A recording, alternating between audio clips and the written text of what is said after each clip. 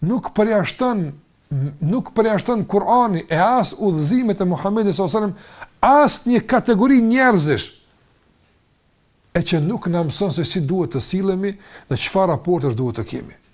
Duke filluar nga prindrit, ku Allahu xhalla xjalaluhu në nivelin më të lartë të mundshëm e ngrit raportin me prindrit tanë. Prandaj Allahu xhalla xjalaluhu wa'budullaha wa la tushriku bihi shay'a wa bil walidayni ihsana. Shiko, fillimisht thot, adhurojeni vetëm Allahun dhe mos i bëni shok në adhurim. Kjo është çështja primare për besimtarin. Pas kësaj më një herë çfarë thot? Dhe ndaj prindërve silluni mirë, kujdesshëm, jeni bamirës ndaj prindërve të juaj. Në sa hadithe Muhamedi sallallahu alaihi wasallam përmend vlerën dhe rëndësinë e madhe që ka respekt ndaj prindërve. E që fatkeqësisht në kohrat tona sot është zbehur shumë.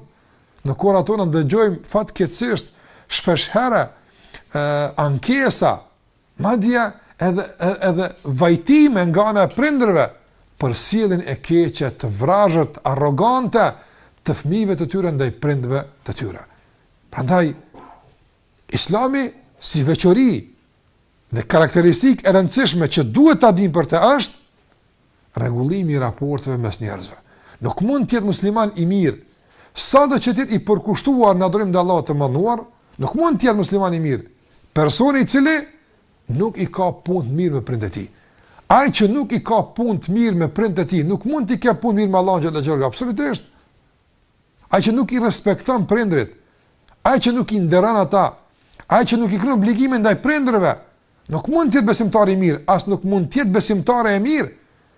Nga sa i bie ndash me mësimet e Kuranit. Andaj Kurani mëson wala taqul lahuma uffin wala tanharhuma. Lere që nuk lejohet të ngritet zëri. Lere që nuk lejohet të t'ju kthehet fjala absolutisht. Por edhe kur të ngarkojnë me diç, në një detyrë me kry, Kurani thot as uf në shenjë refuzimi apo nevritje mos ju thuj. As uf wala taqul lahuma uffin. As kaq mos ju thuj, madje as më pak se kaq. Prandaj kjo mësim kuranor.